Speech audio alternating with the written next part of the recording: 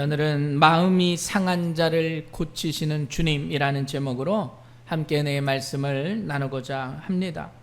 자, 어느 환자가 병원을 찾아갔습니다. 그리고 의사에게 고통을 호소하는 겁니다. 의사 선생님이 그 환자에게 아니 어디가 아픈지 좀 말해보라고. 이 환자가 머리를 가리키면 여기도 아프고요, 옆구리도 아프고요, 다리도 아프고요, 모든 것이 다 아픈 거예요. 누르는 곳마다 다 아프다 말하는 겁니다. 그래서 의사가 정밀 검진을 하게 된 겁니다. 그리고 의사가 이 환자에게 이렇게 이야기해요. 환자분 손가락이 부러졌습니다. 여러분, 손가락이 부러졌으니까 손가락으로 짚는 곳마다 다 아픈 거예요. 이 세상은 마치 이와 같아요. 우리의 마음이 아프면요, 어디든 다 그 아픔이 함께하는 거예요. 내 손가락에 마음이 부러져 있으면 내가 만지는 그곳이 다 고통스럽고 아픈 겁니다. 이 세상에 고통으로 자유로운 사람은 한 사람도 없습니다. 우리의 몸도 아프고요, 또 마음도 아픈 것이죠. 왜냐? 인간은 감정의 동물이기 때문이에요. 아무리 그 사람 참 좋은 사람이다 말해도요, 작은 일에 상처 받는 거죠. 그런데 몸도 마음도 아프다 보니까 도대체 어디가 아픈지 잘 알 수 없다는 거예요. 아까 말했듯이 손가락에 뼈가 다쳤는데 누르는 곳마다 아픈 시대가 되었다는 겁니다. 또 아프다고 하는 건 다른 사람이 알 수 없어요. 내 안에 있는 나만의 비밀이 있는 거예요. 나만의 상처도 있고 나만의 고통 때문에 많은 사람들은 아파합니다. 우리의 이 아픔을 정확히 진단해야 하죠.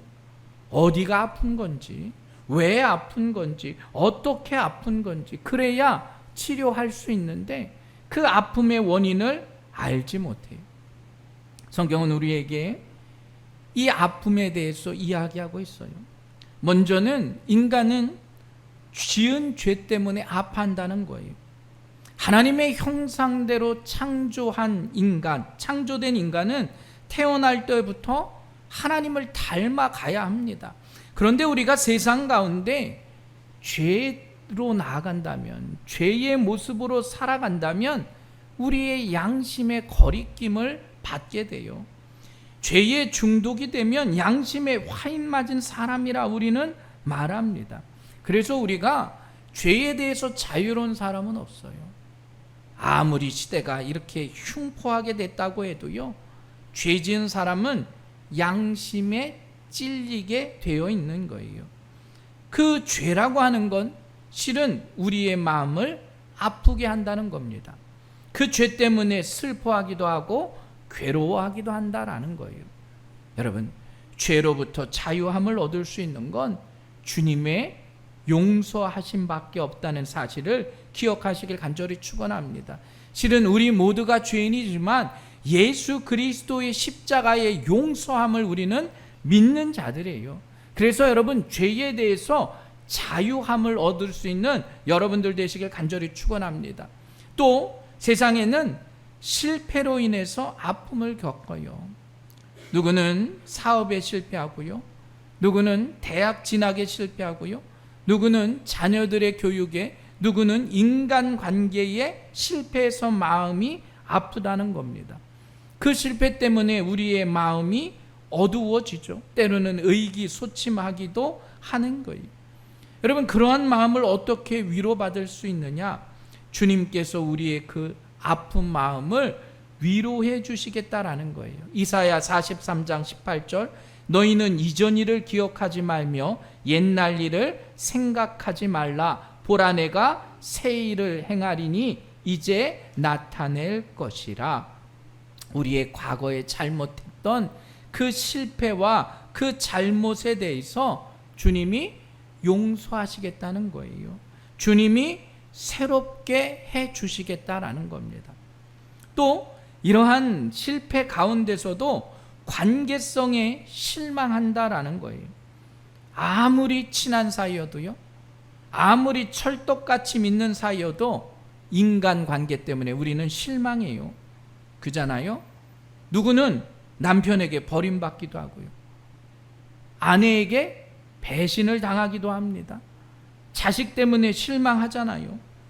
굳센 맹세를 한 친구에게도 배신을 당해요.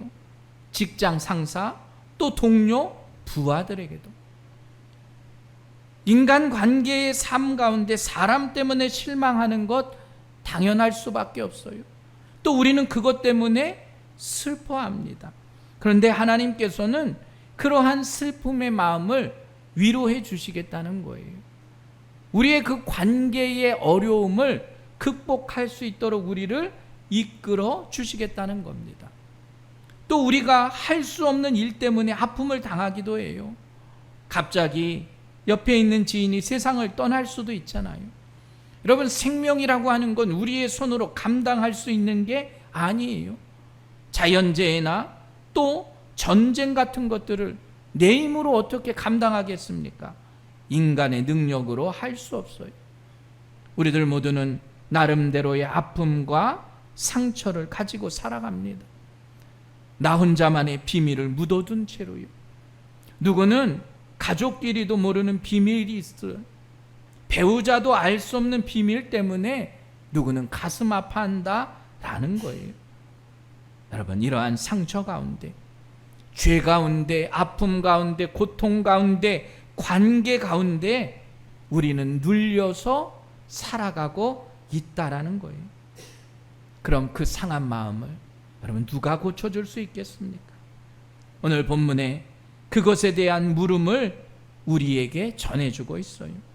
아픔과 고통과 상처를 치유하고 회복해 주시는 분, 바로 예수 그리스도에 대한 은혜를 우리에게 말해주고 있습니다. 오늘 본문의 말씀은 주님이 태어나기 700년 전 이사야 선지자가 성령의 감동을 통해서 예수님이 누군가를 우리에게 전해주고 있습니다. 가난한 자에게 아름다운 소식을 전하며 마음이 상한 자를 고치시고 포로된 자에게 자유를 선포하시고 슬픈 자를 위로하시고 슬픔 대신 기쁨을 줄 수 있는 예수 그리스도를 우리에게 전해주고 있어요. 여러분, 가난한 자에게, 마음이 상한 자에게, 갇힌 자에게, 슬픈 자에게 주님이 찾아오신다는 사실을 여러분 모두가 깨달으시길 간절히 축원합니다. 그 주님이 나의 주님이시라는 거예요. 그 주님의 치유와 회복의 역사가 그래서 우리 안에 있다는 사실을 기억하시고, 오늘도 주님의 손길로 우리의 마음이 치료되길 간절히 바랍니다. 그렇다면 주님은 어떻게 우리를 치료해 주시느냐? 자, 오늘 본문의 말씀에 보면 주 여호와의 영이 내게 내리셨으니 이는 여호와께서 내게 기름을 부으사. 여호와의 영은 성령이에요. 성령의 치유함의 은혜가 우리 안에 있다는 거예요. 우리가 늘 그 성령의 치유함을 사모하며 살아야 합니다. 사도행전 10장 38절에 하나님이 나사렛 예수에게 성령과 능력을 기름 붓듯 하셨음에 그가 두루 다니시며 선한 일을 행하시고 마귀에게 눌린 모든 사람을 고치셨으니 이는 하나님이 함께 하셨음이라. 주님께서 보혜사의 성령을 우리에게 보내주셨어요. 그 영은 어떤 영이냐? 치유함의 영이라는 거예요. 우리의 연약함을 도와주시는, 그래서 성령은 살리는 영이에요. 여러분, 그 성령이 나의 위로자가 되시는 겁니다. 그 성령이 나를 만져주신다는 거예요. 그 성령을 통해서 치료하고 회복시켜 주신다는 겁니다. 우리 새생명교회에 그 성령의 은혜가 함께하길 주님의 이름으로 간절히 축원합니다. 우리들 모두가 아픔을 갖고 있는 사람들인데, 여러분, 그 아픔을 성령이 만지시고 치료해 주실 줄 믿으시길 주님의 이름으로 간절히 축원합니다. 또 주님은 말씀을 통해서 치유함을 허락하세요. 가난한 자에게 아름다운 소식이 전해지는 거예요. 마음이 아픈 자에게 그것을 치유하고 회복할 수 있는 말씀이 들어간다는 거예요. 우리가 성령의 은혜를 받은 사람은 그 말씀의 은혜도 깨닫게 되는 겁니다. 그래서 말씀에도 치유와 회복의 능력이 있다는 거예요.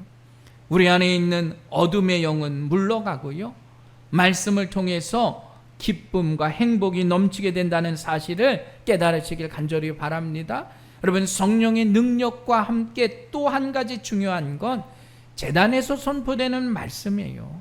하나님의 말씀이 성령을 통해서 내 안에 들어오면 내 안에 있는 치유와 회복의 역사가 임하게 되는 거예요. 또 주님은 우리에게 눌림에서 벗어나게 하셨다. 자, 1절에 보면 이렇게 말하죠.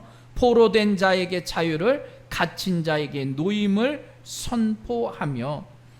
여러분, 얼마나 많이 눌려 사느냐, 염려와 근심과 걱정과 스트레스가 모든 만병의 근원이라고 이야기해요. 그러니까 육체적인 질병뿐만 아니라 정신적으로도 힘들게 살아가는 요즘이에요. 여러분, 무엇으로 우리가 자유할 수 있냐라는 거예요. 수고하고 무거운 짐진 자들아 다 내게로 오라, 내가 너희를 쉬게 하리라. 진정한 쉼이 없는 이때에 우리의 짐을 벗겨주시고 우리에게 쉼을 허락해 주시겠다 약속하고 계시다는 거예요. 여러분, 그러한 자유함을 얻는 우리 새생명교회 성도들 되시길 간절히 축원합니다. 그리고 주님의 그 치유함은 세상이 주는 것과는 다르다는 거예요. 우리 안에 상처가 있잖아요. 그리고 그 상처가 아물기만 해도 다행입니다. 그런데 주님은 그 상처가 치유함을 얻어서 상처가 아닌 향기가 나는 삶을 허락해 주시겠다는 거예요. 그냥 회복되는 것이 아니라 내가 너무나 기뻐서 나뿐만 아니라 다른 사람에게도 그 은혜가 임하게 하겠다. 여러분, 그게 바로 성도의 삶이에요. 힘들고 어려운 세상을 똑같이 살아가지만, 나도 아픔이 있고 고통이 있고 상처가 있지만 내가 받은 그 상처를 내가 치유함을 통해서 다른 사람들에게 향기를 전하는 것, 그게 바로 하나님의 영광을 드러내는 삶입니다. 그래서 오늘 3절에 이렇게 말씀해요.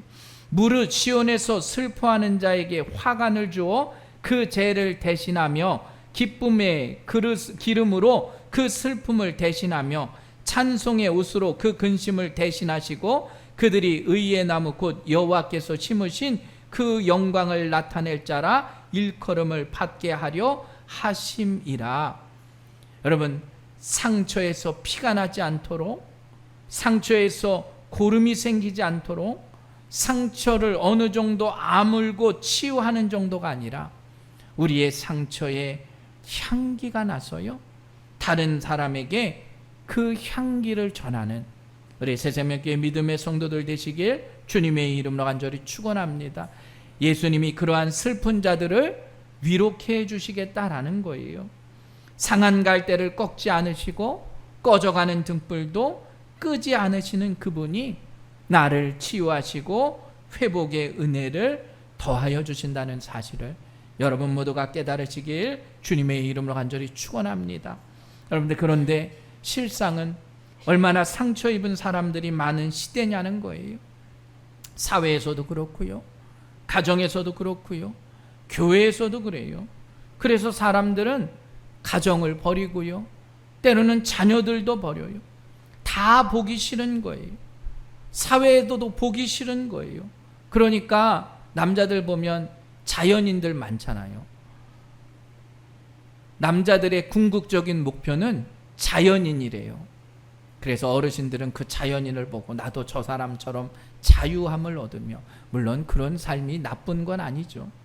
그러나 다 꼴보기 싫으니까 가정도 사회도 모든 걸 버리고 떠나요. 내 안에 있는 상처가 또 재발하고 재발하는 거예요. 가정 안에서의 부모와의 관계가 잘 유지되어야 되는데 내면의 상처 때문에 그렇게 살아가요. 여러분, 역기능의 가정이 얼마나 많은지 아십니까? 부모님이, 아버지가 알코올 중독이면 자식이 그걸 따라하지 말아야 되는데 그 기능을 보고 따라해요. 그게 상처가 되는데 그게 또 나에게 더 큰 상처로 남아있다는 거예요. 여러분, 폭력의 가정도 그래요. 폭력의 가정의 아이들이 그것을 싫어하고 그것을 이겨내야 되는데 잘못된 기능으로 인해서 폭력적인 삶을 살아가는 시대가 되었다는 거예요.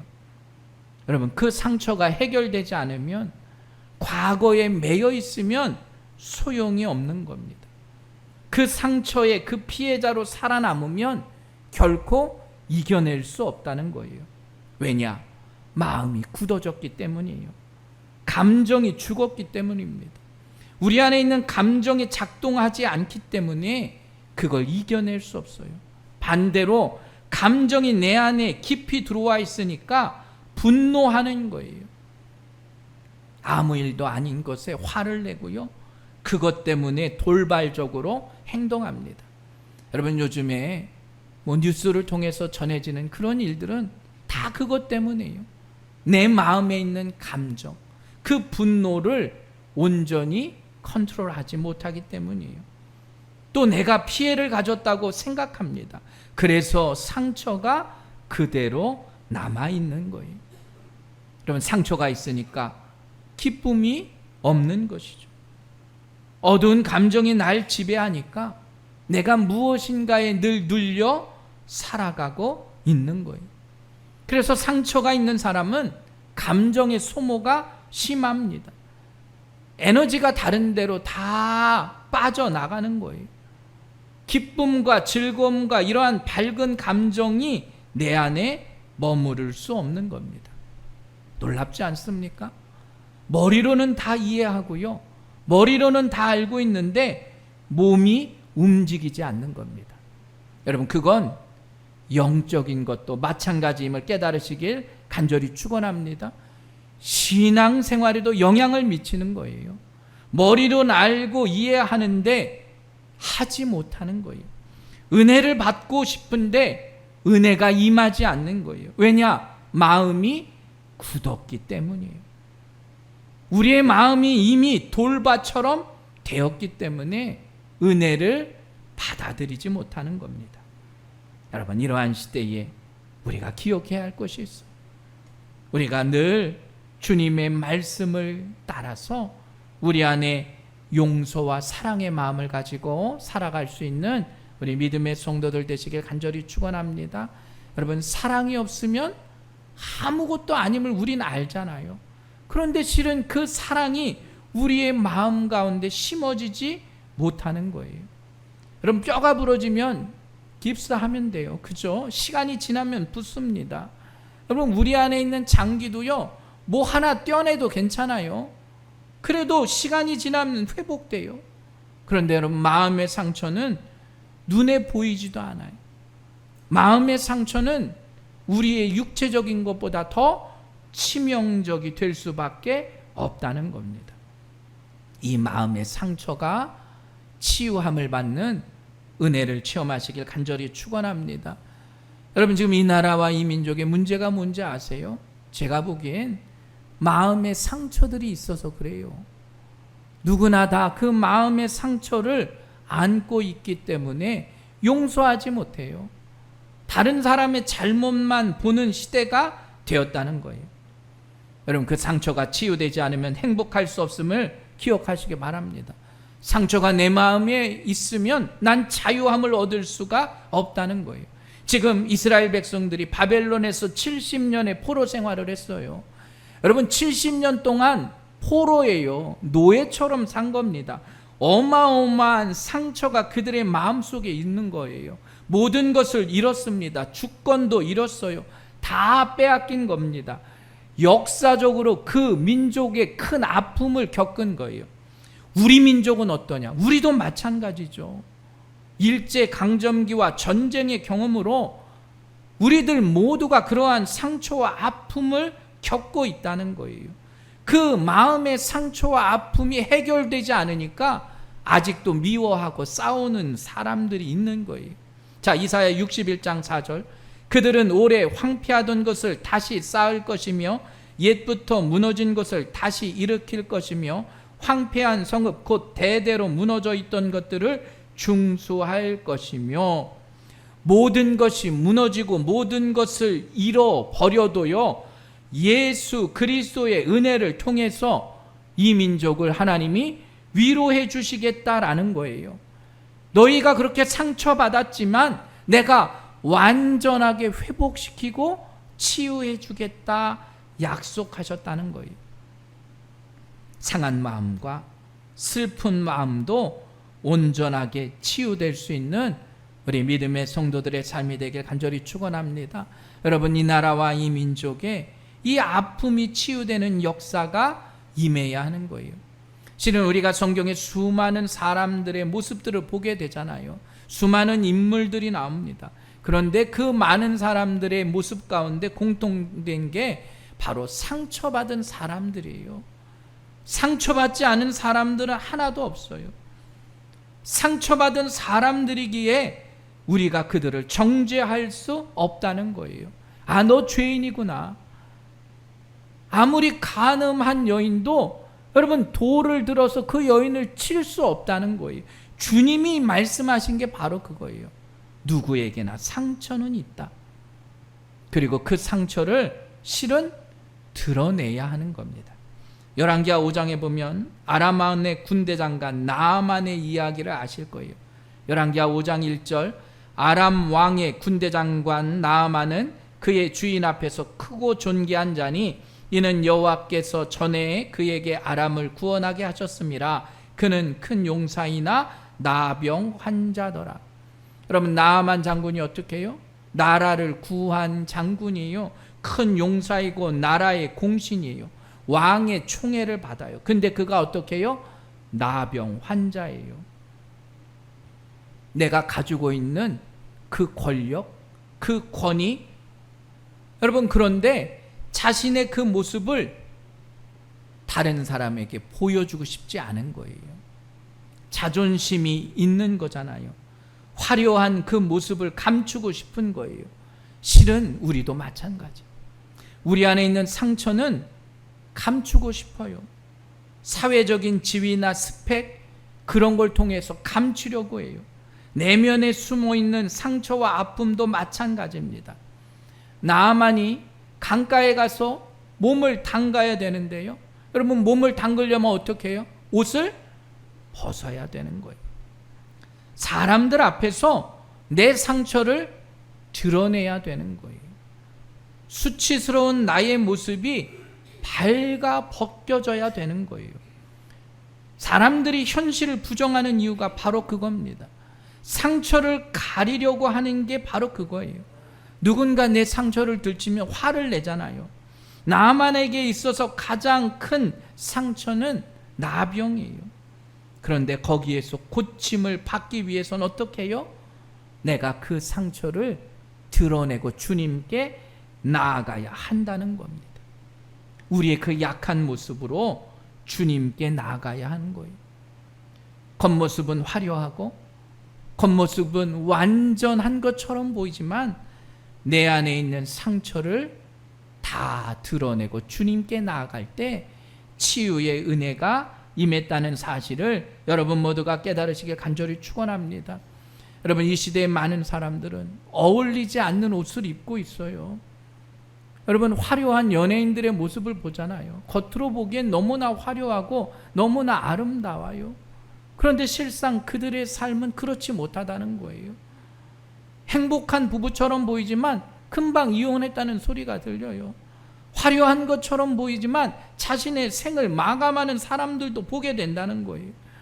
나는 상처 입은 자인데 다른 사람이 내 상처를 알까봐 나를 꾸미며 살아가고 위장하는 시대가 지금이라는 거예요.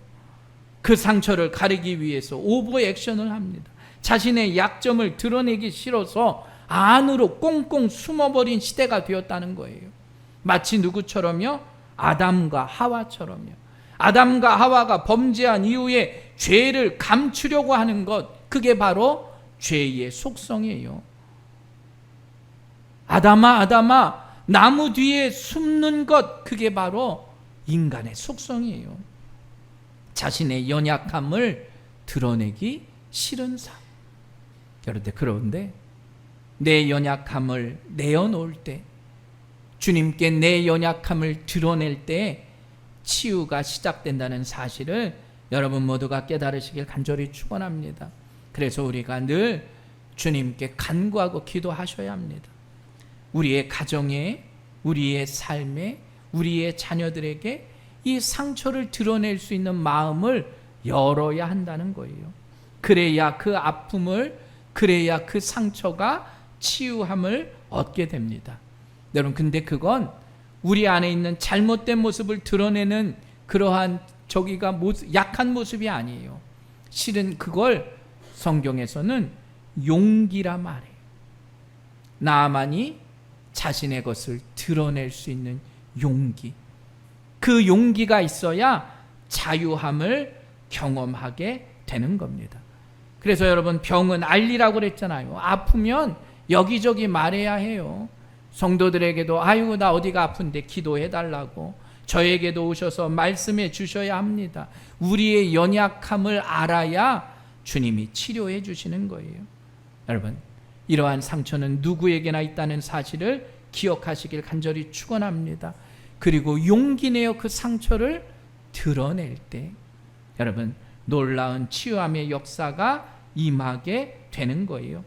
많은 사람들은 문제를 가지고 있습니다. 그러나 그리스도인들은 내가 그 문제를 깨닫고 그 문제를 드러내고 그 문제를 통해서, 상처를 통해서 용기를 얻고 주님의 치유하심을 체험할 수 있는 우리 믿음의 성도들 되시길 주님의 이름으로 간절히 부탁을 드립니다. 그런데 많은 사람들은 그 아픔과 상처의 포로가 되는 거예요. 그 아픔에 갇혀서 내가 살아가게 되는 거예요. 여러분, 과거에 잘못한 건 잘못한 거예요. 거기에 묶여 있을 필요가 없는 겁니다. 우리는 믿음의 길을 향해서 마음이 상한 자를, 포로된 자에게 자유를, 갇힌 자에게 노임을 선포하는 주님의 은혜를 기억하며 우리의 마음을 열어야 한다라는 거예요. 상처를 치유하면 그 상처가 나에게는 강점이 되는 거예요. 상처를 당해봤기 때문에 상처받은 사람의 마음을 알게 되는 거예요. 그래서 함께 공감하고 함께 이겨낼 수 있다는 겁니다. 여러분, 성령의 그 만져주심을 기대하시길 간절히 축원합니다. 하나님의 그 사랑을 깊이 경험할 수 있는 자가 주님의 놀라운 치유함의 역사를 깨닫는 거예요. 예수 그리스도의 십자가의 그 보혈의 능력이 우리의 상처를 낫게 한다는 사실을 기억하시고, 여러분, 나 혼자 괴로이 고통을 겪으며 힘들고 살아간다, 그렇게 생각하지 마시기 바랍니다. 주님은 늘 우리와 함께 하시고 우리를 치유해 주십니다. 근본적인 치유는 그 어떤 것으로도 할 수 없어요. 주님만이 하실 수 있는 거예요. 우리의 위로자 되시는 주님의 그 은혜를 여러분 기억하시고, 우리의 문제, 내 안에 상처에 빠져 있으면 안 됩니다. 그것을 이겨낼 수 있는 믿음을 허락하시길 주님의 이름으로 간절히 부탁을 드립니다. 여러분, 그러한 상처가 치유될 수 있는 사람이 섬김을 가지고 다른 사람을 섬기는 거예요. 섬기는 것을 배우면 상처가 빨리 아물게 되는 거예요. 가만히 있으면 절대 치유될 수 없는 거예요. 개인의 마음의 상처가 치유되는 것으로 끝나는 것이 아니라 내 그 상처를 통해서 나는 다른 사람의 발을 씻기는 마음, 치유함을 받은 나는 다른 사람에게 더 큰 도움을 주는 그러한 사랑의 일꾼들이 되시길 주님의 이름으로 간절히 부탁을 드립니다. 여러분, 내 아픔만 생각하면 답이 없어요. 결코 치유되지 못합니다. 날마다 성숙함을 향해서 나아가기 위해서 예수 그리스도의 보혈의 능력을 통해서 여러분 모두가 영적으로 승리하며 빨리 회복하고 더 큰 은혜를 체험할 수 있는 우리 믿음의 성도들 되시길 간절히 축원합니다. 나의 상처가 축복으로 바뀌는 역사, 내 고통이 풍성한 삶으로 바뀌는 역사, 나에게 있던 그 상처가 다른 사람에게 더 큰 도움을 주는, 여러분 상처도 자랑이 될 수 있는 존귀한 믿음의 성도들 되시길 간절히 축원합니다. 실은 우리는 이미 하나님의 치유함을 경험한 자들이에요. 그러니까 이 자리에 나와 있는 거죠. 그러니까 내가 주일날 시간을 내서 예배의 자리에 참석한 거예요. 그 치유함을 경험했기에 나뿐만 아니라 다른 사람들에게도 더 놀라운 주의 사랑을 전하는 우리 새생명교회 성도들 되시길 간절히 축원합니다. 마음이 상한 자를 고치시는 그 주님과 여러분 동행하시길 간절히 바랍니다.